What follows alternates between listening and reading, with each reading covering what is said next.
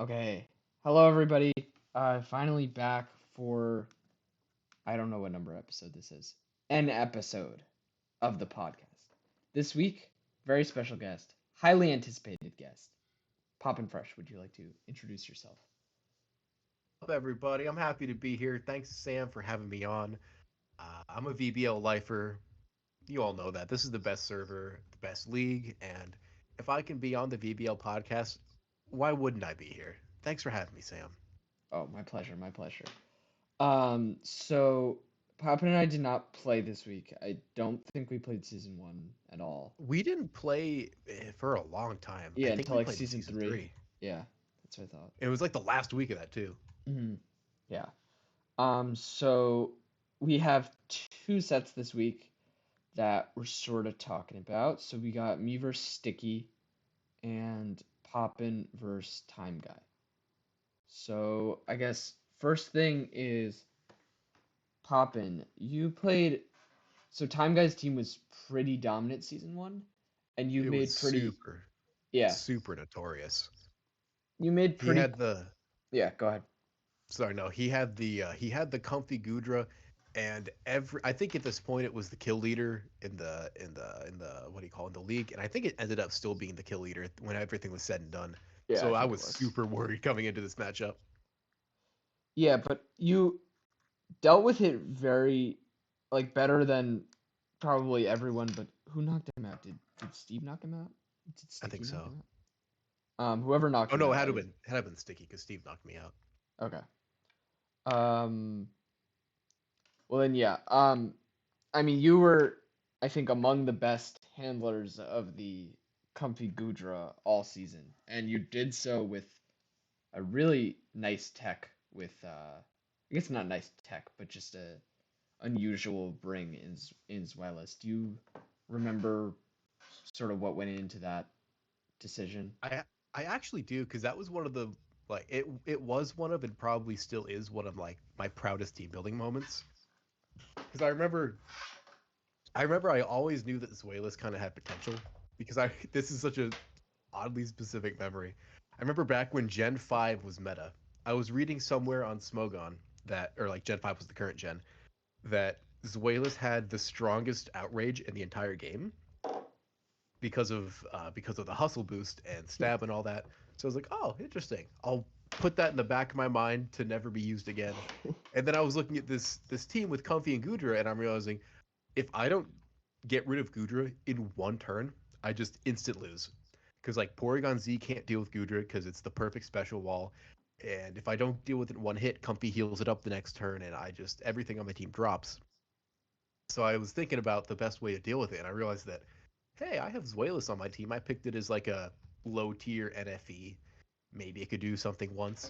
And with Dynamax, hustle the accuracy drop is negated, so I cooked up the perfect storm. I did the calcs and realized that if I have a fast Ninetales that can Icy Wind, Zuelas can move second. I EV'd it so that with Dynamax, it'll always live anything Comfy does, and then I can Oko, well, nearly Oko from like what, 88% after an Icy Wind. Yeah, It can take all the rest of that with one max. What was the max Dragon attack? it's Max Wormwind. Drake? No, Wormwind. Drake. Gotcha. Max Wormwind. So I thought this is my one shot. I have to go all in, and I did, and it actually worked. Yeah, and it's actually really funny how it worked out with the Zweilous this week because one of my issues with that those like low tier like especially just the mid evolutions of the pseudos that are Uh-huh. dragon type the so like Yeah. Shelgon is that their like middle lane attack stats aren't usually that useful. Well, Hmm. Zweilous has a high attack stat, so it's different. But like Shelgon, its middle lane attack stat usually isn't that useful because Dragon type, even though it's good, is bad to sort of maximize that offensive typing. Right. Whereas you could have like a pretty weak fire type, but if it has overheat, you can actually do some damage. Right. And like you're the best you're gonna do with a Draco Meteor, it's always gonna be 130 power or less. You're Hmm. never gonna get a super effective and like Yeah, if yeah, you're 80 base power and or 80 base special and using overheat, you can get something with that. But yeah. if you don't get the multipliers, it's not there. Exactly. And I just think it's interesting that like when you're picking that dragon, you're probably just thinking, oh, solid damage, solid defense. But it's one of the few matchups where it's really nice to have physical dragon. And it's not something Mhm. you really consider, but just because you just picked a good Pokemon, you had it at your disposal, which I think is Right. interesting. Yeah. Um, I picked it mainly to fill out the type chart, and it just happened to mhm. come in handy this 1 week, and then it never played again. Yeah, and I think there's a lot of like people say, and oh, not everything's about the type chart, not everything's about getting one of every type. And there that is true to an extent. But I mean, I think that like that Zweilous performance is a good example of why it kind of is nice to have one of every type if possible, because you never know when you're going to want that type. Obviously, that all goes out the window in today's Gen 9 world, because if you really need coverage so badly, you can Terra Blast. Yeah. It's funny. I think that yes, I think typing is more important than ever, just because everything can be any type. So like you Yeah. want to have the widest threat bubble possible. Hmm. Because I wanted the season 8, and the whole type chart doesn't matter. I'll just terrestrialize, and then I felt like I didn't do so good. Yeah. Um, and this season I've only played one game and I've lost, so maybe I'm wrong, but we'll see. We'll I see. agree actually, because like I thought about that with a few of my picks. Like my overall type chart last season was good, but like especially with Hatterene, I thought it was going to be a lot better because it could be something that's not psychic or fairy, Hmm. but it just didn't really. You don't want to be in a position where you need to Terra Right. unless it's something that's so good that it doesn't matter that you're Terraing every week because everything else is dead. Like that's what I'm hoping Exactly. Roaring Moon will be if I'm Right. Right. Terra it all the time, just like everything dies, so it's fine. Yeah. Yeah. Um, Like I noticed a lot of the times I'm building like like Rotom fan, it can win when it terras, and then I'll be prepping the next day. I'm like, oh yeah, and then Glamora wins if it terras here, and suddenly exactly, I have 3 mons that need to terra. I'm like, oh shit. exactly. Oops. Yeah, and it's so that's one of the big problems I had was just like Sarah Ledge didn't need to Terra, but it often wanted to be grass or Yeah. whatever. Hatterene like basically needs to Terra if there's a steel type or like any good defensive Pokemon because Psychic Fairy Right. sucks. Um, yeah, it wasn't smart drafting. I think this season I did a better job of getting Pokemon that can Terra very effectively but don't need to. Roaring Moon maybe is a little bit of an exception where it like really wants to Terra, but again, I think it commands so much respect that if it's in the four that I'm bringing, committing a Terra to it is probably worth it most of the time. Right. And even if you don't, your opponent's going to expect it to. That's So true. they play That around it weird anyways. that is true. Um, so yeah, Terra definitely shakes it up, but I still think yeah, obviously, I still think typing's important, but I wonder if something like this Wireless, where you just sort of have like a reasonably strong low tier mon for a specific type coverage, I wonder how much that's going to continue to be a thing in the future. Yeah, I'm interested because my philosophy on draft has definitely changed. Hmm. In the beginning, I this was the first time, so I had none. But Hmm. I really don't like picking low tier attackers. I feel like they always disappoint me. I But if agree. I have a low tier weird support flex, then we're talking. Like I said, I've only played 2 games for this season, but I think the low Hmm. tiers I picked are good enough where I've actively considered 2 out of the 3 of them for these games so far, and like had them on like the second to last version of the team just because they offer a weird combination that nothing else does of support moves. Yeah, my best But low tier. Oh, sorry. Go ahead. no, no, no, you're good, you're good. My best low tiers, I think, always are I think the issue with low tiers is if you look at this Pokemon, if you look at a Pokemon like Vespiquen is a good example, I feel like, and you're just like, Yeah, oh, this Pokemon's fine.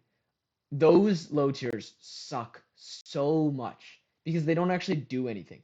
You need to get a low tier where it's like, okay, this is the one thing that I could possibly use it for, and then you'll use it for that. That's what you have to right. do. Like, do you remember Heaven's game last season with Baby Glamora? Yes.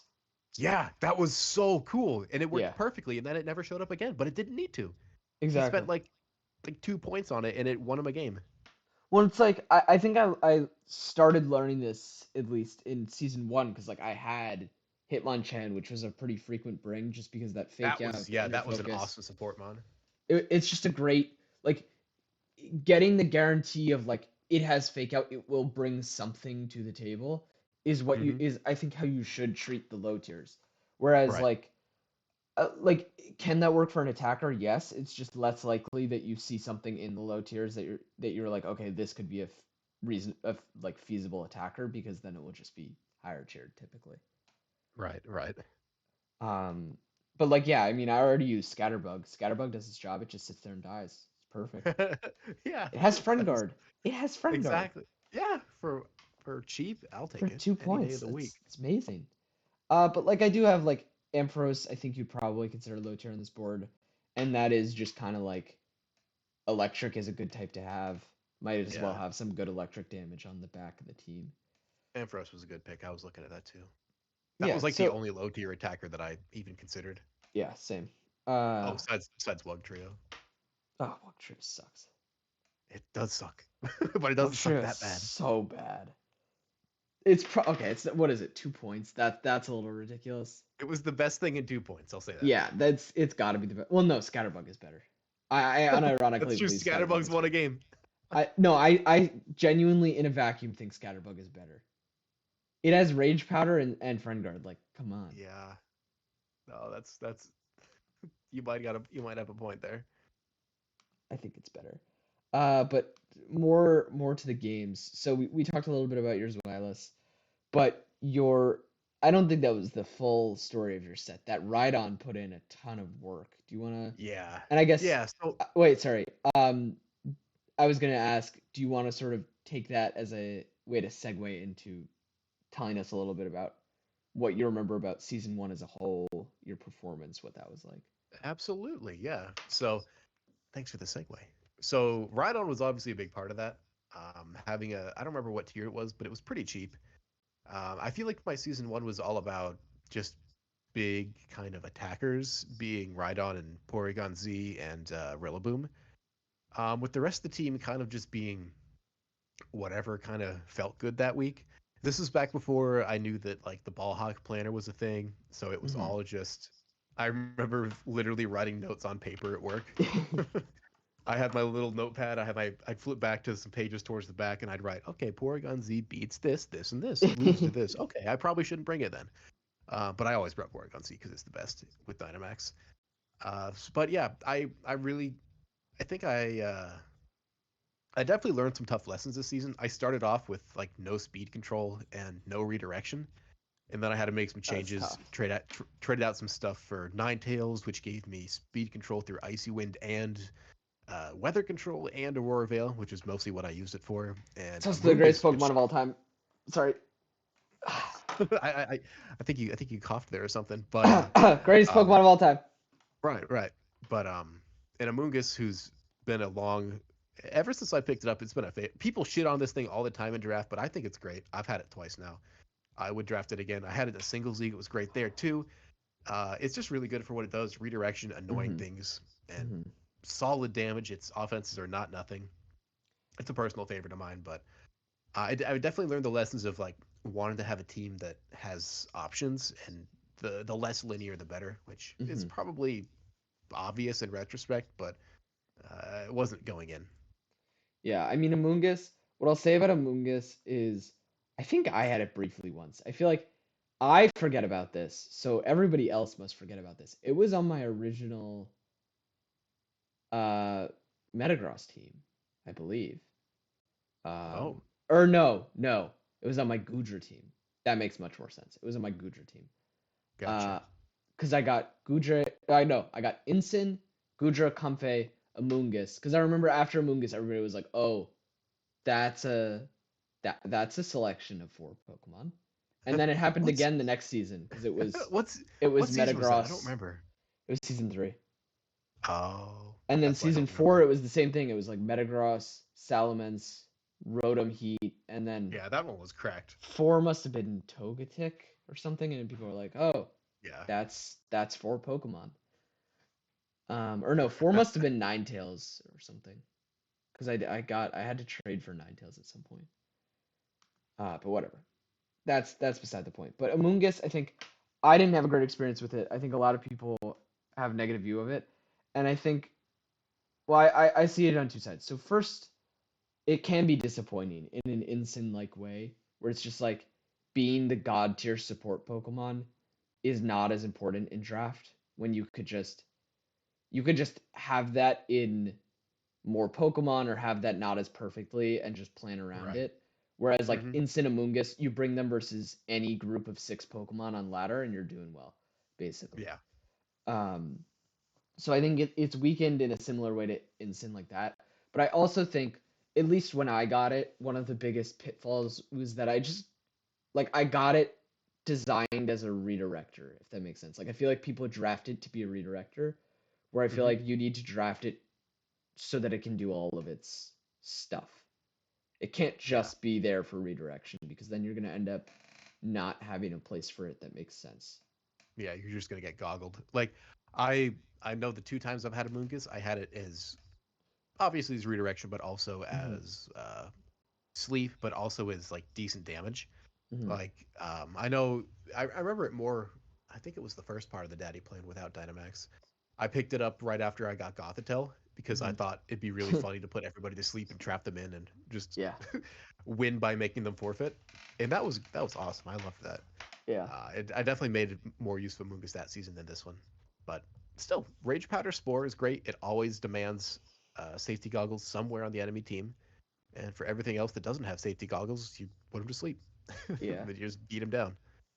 And I think Amoonguss and Instant, I think they also suffer because typically what makes them so strong is their ability to be defensive switch-ins, Hmm. which I don't think we really and I think maybe there is some room for experimentation here that we haven't explored of just like bringing something intended as a defensive switch in or like a pivot. I feel like that's kind of underexplored because I feel like when you have, or at least when I had Ensign, it was like get it out early to intimidate and fake out and use that to control the early game.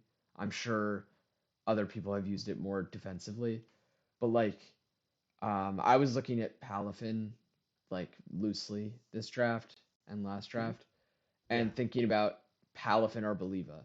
Not because I thought Arboliva was going to be my lead mon, but because Arboliva is a really good switch in for Palafin, which obviously you need to switch out Palafin.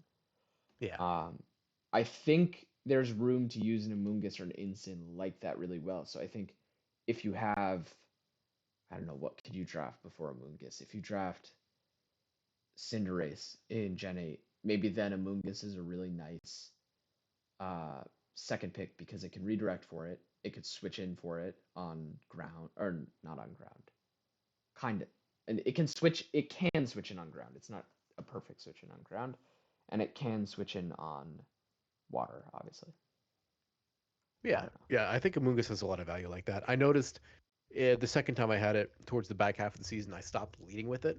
My Hmm. lead switched from Gothitelle Amoonguss to Gothitelle plus what was it? The Pheromosa a lot of the time. Hmm. And then a lot of the time, like Banded U-turn or Scarf U-turn out into the Amoonguss while Yeah, I set up Trick Room, and then what do you do?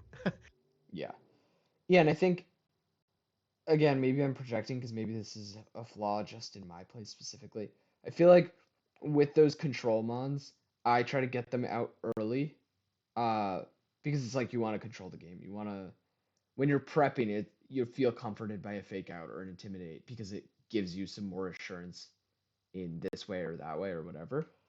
But Yeah, I think there is something to be said for getting your immediate pressure out early and then responding to their lead, responding to whatever's happened with a defensive backbone.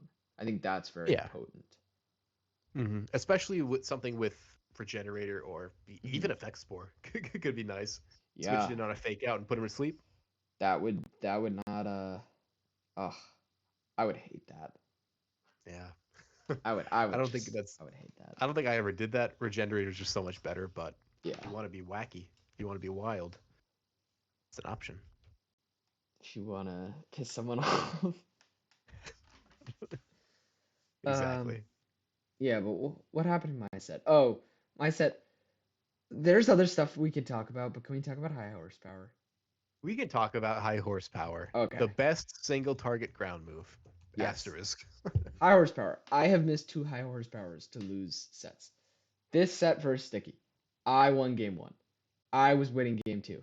I lost game two because of a high horsepower miss, and then I lost game three pretty badly. Um, that sucked. That's like one of the worst feelings. Poppin and I were talking about this before. It's up there with getting frozen for a long period of time. It's just, it sucks.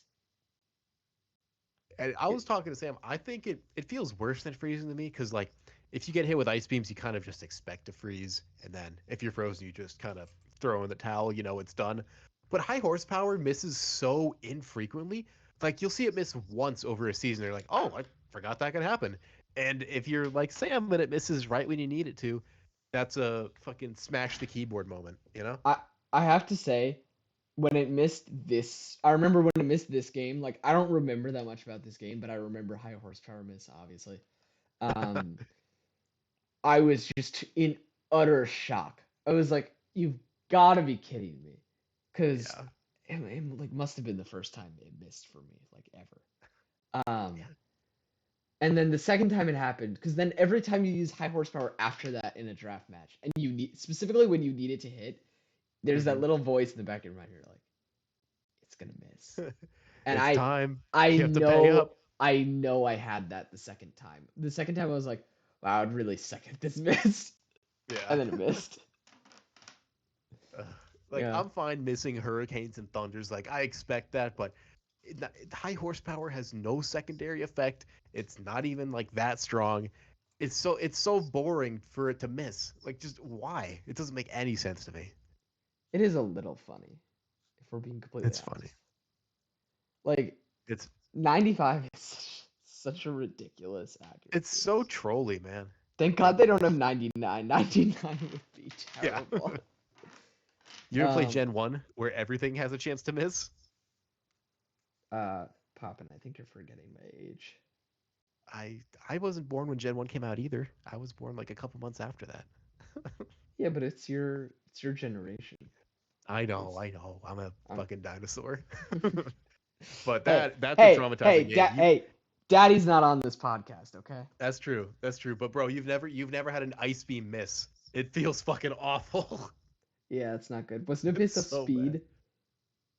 Wasn't like Uh evasion based off speed? Crits are based off speed, but everything has a 1 in 256 to miss. Just cuz. Oh God, 256. Because greater than is not greater than or equal to. I think that's how the math works out. Wait, 256? Because that's the video game number. That's Because of brutal. Oh my God. Oh, yes, sir. so it's literally like a 99.9. Yeah, I There's think like it's a 99. 99.6. What does it come out to? I think it's 99.6. I think that's what. That sounds right. Yeah. Oh, 255. that's disgusting. Yeah, it's awful. I I've thought, oh, maybe it'd be fun to do a draft in like an old gen, like Gen 1, 2, or 3. I'm like, well, first off, I don't think there's enough mods to do that. And second Yeah. off, how many people are going to stick around after that happens to them? All the old gen mechanics sound so dreadful. I I want to play Gen 3 VGC with full powered explosion. That sounds fun. um oh my God, pre-confusion nerf. Oh God, I that can't would get back to my suck. mind. I could you imagine like the Thunderous player just swaggering you You know, to we have death? to play in a gen before the confusion nerf, but before Prankster came out. So 3 and 4, those are the only options. Okay. I'm sure there's stuff in 3 and 4 that sucks. Toxic, Which absolutely. which one's Dark Void? That's 4. Okay, so Gen 3 it is. I don't know. Maybe. Maybe not. We'll do a tournament. We'll do an off season. But speaking of like changes, I'm very excited for the DLCs. I'm really excited for move distribution, especially. Yeah, Very yeah. excited. I don't really. I haven't been following any leaks, so I don't know anything specific like that. Oh, But I I haven't seen anything. I okay, want cool. So I we're in the want same more boat. moves. Yeah, yeah. I think there has to be. I mean, just because of things that will get added, more fake out, like kind of back There to is season no 9. fake out in this Yeah, game, man. exactly. Well, I was looking like that's why I got Medicham for fake out, just because it's like a good Pokemon that has fake out, and it's so. Yeah. It was like that or Tox or nothing, at some Hmm. point, or Yeah, like getting Hariyama and having 0 points. yeah, I hadn't I missed fake out so bad last season. I had to Same. throw protect on like everything because like, well, if they fake out, I just lose. So okay, double Yeah, protect. Shit. And then they that's don't fake out. that might be my worst part of drafting last season because I think there were points where I was like, oh, I could probably get fake out here. And then I thought, well, new items, Terra, fake out's bad now. I'm such an idiot. Like that's the dumbest thing I've ever done or thought. I It had was some so really wrong. my favorite bonehead move of last season was I was playing Braff with his Toxtricity, Hmm. and like in my draft view, I'm like, Haxorus is really good because it has Mold Breaker, Terra Ground, Earthquake, but you shouldn't focus sash. You shouldn't choice it because they'll Terra Flying. And I locked into Choice Band Earthquake turn one and Braff Terra Flying. They're like, oh fuck. And Earthquake was the only move that Haxorus had because I was so confident it would hit everything. uh, that's good. Uh, Yeah, I fake out is still very important, obviously. And if somebody's gonna mhm. play around fake out, let them play around fake out, because that you're like they're not gonna Ghost Terra every Pokemon. And first of all, if you're Right. forcing Ghost Terra on turn 1, that's good. And obviously uh only one Pokemon's gonna have a cloak. So if you find that and it doesn't put you too far behind, you're doing pretty well already, right? Right. Yeah. And like Cloak's a great item, but like it doesn't come every week. You might even get away with Exactly. a Cloakless team. Like I don't think I Exactly. brought Cloak ever last season, and I haven't No, brought it yet this one. I think I didn't bring it once last season. There's just it's a lot to give up, and because you don't know that your opponent's going to go for their fake out strategy. So unless you have a Hmm. very specific like trick room setup or whatever that you need to win, it just doesn't seem worth it because you usually want the damage or damage mitigation or whatever else that an item can provide you, I feel like. Yeah. Yeah. A lot of the time, Yeah. because like I mean, especially with Fake Out, you could just play around it by just slapping Protect on, and that's like one Hmm. out of four moves instead of your only item, Hmm. where maybe you need like a Resist Barrier or a Sash to live. Yeah. I don't know. I think specific Pokemon like the cloak a lot. Like I was prepping versus Jordan with Sukawa's team, and Hmm. I'm pretty sure he has Talonflame, right?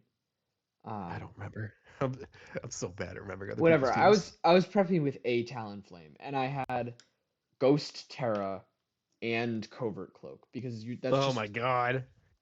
you just that thing is so vulnerable to fake out Hmm. that it goes from being very good to useless in the Yeah. presence of fake out.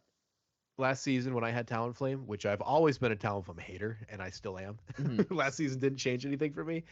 Every single time I brought Talonflame, I had Sarina in the back just as like a I don't want to run cloak or protect, so maybe if I bring Sarina they won't try it. That's funny. Yeah, I And mean I there. brought Sarina to like 2 games. Yeah, 17. Serena does. I mean, I think the triple axle loss Yeah, was dude, sneaky bad. if you want to Sneaky talk bad. about move distribution, that thing is awful. Yeah.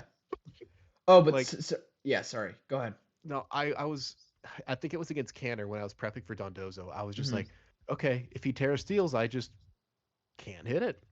I Yeah. have high jump kick, but that'll miss, and it has +2. So, uh, and it doesn't get leech seed. It doesn't get any of the fun grass support moves like any of the powders, any Yeah. redirection. It's it's just a fake out denier, which It the giraffe does way better. it needed triple axe. Oh, Hmm. it was so big for its just damage. Yeah, Um. because it has a huge attack stat. 120 is Yeah. massive, but if it just gets grass moves, then what are you gonna do? Everything Yeah. resists grass. Yeah. But Oh yeah. Sorry. Back to fake out. I know it's a little like all over the place, but there were so many Pokemon that I was thinking about when I was looking at fake out and just kind of getting excited for DLC. Kangaskhan. Hmm. Uh, honestly, like Hitmonchan and Hitmonlee more so, just because Yeah. Hitmontop, like, you're not. That's not really the type of fake out that I was thinking about. like obviously it's great Pokemon, but I was more thinking about the like mid-tier fake out that are Yeah. it's so barren right now. Hmm. And there's just a lot of good stuff. I mean, yeah, not sorry, not Meowth. Persian is like one of those classic like mid, well, it's low, but like the low to mid tier fake outs, which are always like great team players.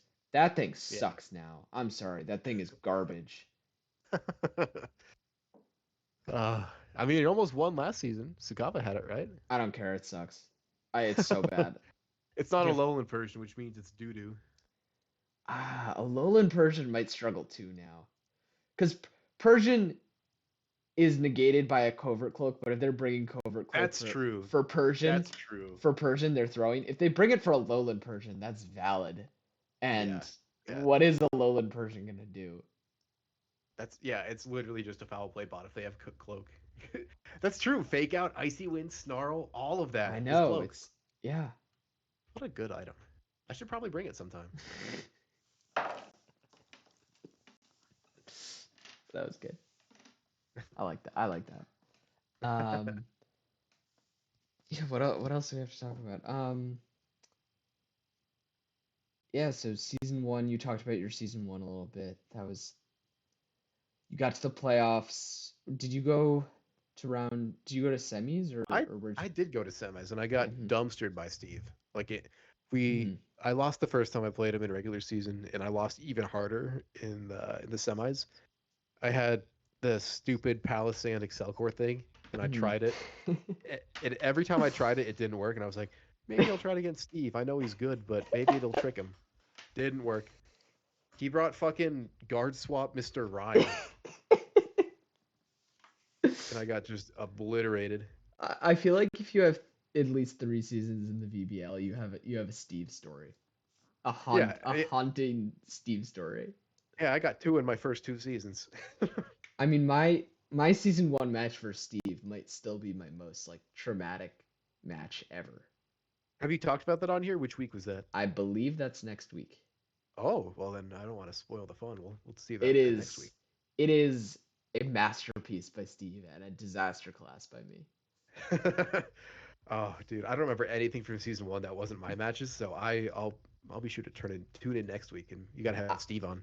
I don't even remember most things, but I remember that week vividly. Yeah. Vividly. Um, I mean, I also remember his playoff run just because it was really like P2 Delmise to me. Like that was so cool to me because like Guja Comfey wasn't that cool to me, even though it was totally dominant. Because it's just like, of course you're gonna do Guja Comfey, Yeah. Hmm. but the P2 Delmise domination, I don't know, that was really cool to me. I drafted Delmise Yeah. very early the next season, so I think that You're a tells you. Delmise enjoyer. Well, not as much anymore. I think it's reflective of me reading too much into Steve's team. Yeah, I think you were a little lost in the sauce there. I also saw Cinderace, Grimmsnarl, and P2, and I was like, the thing that's making this work, it's Delmise. When you look at that, obviously that's the pick. Because it like had a good finals performance or whatever. Yeah. Dude, I remember he brought the offensive Porygon 2 in the finals, like whipped it out after not using it the whole season. It totally dunked on Sticky. Oh, did he max it in the finals? Yeah, Was I that when he remember he had maxed it? max. I think he had max Life Orb with Hyper Beam. Yeah. Was that So finals? sick. I think it was because I remember Oh my seeing it. god. It was an actual like model of a Porygon 2, not a little sprite. So it Hmm. had to have been finals Hmm. because I think we did a final stream back then. I think that was the Yeah. first one. Yeah. Oh, so nostalgic. Steve, man. That that dude knows how to build. That dude does know how to build I and he guess knows how to play too, which is a fact. yes, yes. I guess what I'll close out on is I feel like I've talked about Steve a lot, but to the listeners, if you've been here for a long time, I feel like you know like Steve just always destroys me. So like the What's podcast, your record against Steve? Do you know? I won one set, but it's because he missed like 4 sings in the playoffs. I think that's the only time I beat him. I beat him in playoffs because he missed like 3 straight sings. You know what? If you're bringing Sing, you that's a risk you got to take. That's what he said, but it was he missed enough that it was like a percentage to miss all of them was like low, Tiny. really low. Yeah. Um, so Steve like just has my number, and I know I've like talked about him a lot on the pod, but it does also like follow my gameplay or like my VBL stuff, Yeah, and like your story arc. exactly, and a lot of that has been Steve destroying me. So uh That's how you grow. You grow best through failure. yeah, but like I think I have a positive record versus Tay. Uh, Damn. AC used to have my number, but I think I beat him the last two times we played. Or is there one coach who just always has your number for lack of a better term, always knows how to beat Oh my god, it's fucking Canner, dude. I've you? I've played him so I've only beat him once, and like it's always in the quarterfinals too. It's so frustrating. The only time I didn't beat him was the only time I didn't play him in the quarterfinals. Yeah, I think it's funny how that works, and that's why the stylistic coaching thing went out the window. But that was one of the reasons that I wanted to do that in the first place, is because there are these like weird things where it's like I have some pretty good records versus very good coaches. Like I think I'm positive versus Braff as well. Like Hmm. coaches who are definitely better than me. Yeah. Uh, and then Steve, who granted is like of that upper echelon of very very good coach. I cannot beat him. I just can't do it. And Yeah. I think it's because I react very poorly to being in like uncomfortable situations that I didn't foresee, and he's Hmm. very good at putting you into that through his prep. Yeah. That's probably the best thing about. He's so good at forcing awkwardness. Oh, it's so And it awkward. yeah. It's just Yeah, I was. just it's funny. I remember the last time I played Canner was in Mhm, the semis, or no, not semis, quarters, and I prepped super hard against Dondozo mhm. and a little bit against Bisharp, and then he brought a fucking Pyroar, which I literally looked at the team and said, "This isn't coming," and I deleted it. I forgot it was on his team. What's his special attack though? Is it 100? I think it's 108. I was See, just see, cocky. that's my rule. Is like, well, it depends on the team and depends on the Pokemon. But if they have an attack stat, definitely if it's above 100, I can't delete it. I Yeah. need to know because specs super effective damage off of 100 plus is always scary. You Hmm. always need to be privy to it. Yeah. I literally looking at it now, it's so dumb. Like, all right, it's faster than Golden Go. It kills it one hit. It resists both of its stab types. Oh Nah. yeah, Oh 109 special attack. Yeah, god. and I mean that's something that benefits from overheat too, because it goes from 109 to like, this is a fine attacker to this can This will put kill you in one yeah, hit, this and it did. is gonna kill you. And I've lost to Canner twice when he's had Bisharp. That was fun. Yeah, So Kenner. that's I have something I'm to trying to say avoid. one of the most memorable things from last season for me was Canner's week 1 triumph over Tay. That was awesome. Yeah, that was. I loved his video. He was so hype. That was I helped him with that, and oh, what a payoff. Yeah. What a set. What a set. What a yeah. Seriously, what a way to start the season. The season after beating the grand champion of season 7, Yeah. who was also the only champion the VBL had in 2022. He won all 3 seasons we had that year. Did he? Oh my god. He won VBL, Oh or my no, god. sorry, he won BDSP. He won Battle Plan Part 1 and 2. Oh my god. That's not okay. It's not. And I faced him in the finals twice of those, and I couldn't do it. Ah, he really is just like VBL LeBron. That's Yeah, crazy. it's insane. All right. Well, think I've been circling around this point for a few minutes at this point. I think we're gonna close up or not close up, finish off this episode of the podcast. Was a great pleasure having you, Poppin. Always fun chatting with you. Do you Oh, have thanks, any man. I appreciate it. final comments for the fans out there? Like and subscribe to the VBL channel. Join the Discord, and if you want to join the best draft league, and you can also subscribe to me. That'd be fun. But I'm sure you already are. If you're not, Thanks again for having me, Sam. oh, a pleasure. All right, I am closing it now.